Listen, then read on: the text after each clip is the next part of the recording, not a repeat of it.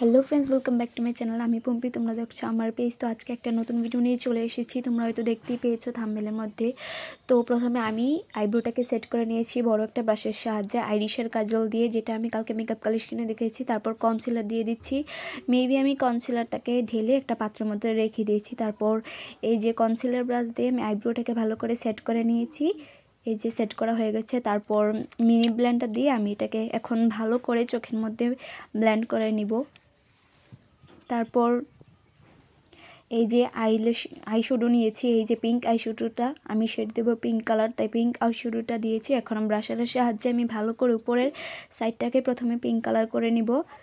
এই যে আমার পিঙ্ক কালার করা হয়ে গেছে পুরো আইল্যাশটাকে। তারপর আমি এই যে ব্রাউন কালারটা নিয়েছি, যেটা একটু খুবই হাইলাইট করে। তারপর আমি পিঙ্ক কালার আইশ্যাডোটার উপরে ব্রাউন কালার দিয়ে দিয়েছি। এই যে খুব ব্রাউন কালার দিয়েছি। এটা নর্মালি তোমরা যেখানে পার্টিতে বা নর্মাল যেখানে যেতে চাও সেখানে ইউজ করতে পারবে। এই যে আমার আই মেকআপ কমপ্লিট। তো তোমরা দেখে বলো কেমন হয়েছে। তো আজকের জন্য টাটা, বাই।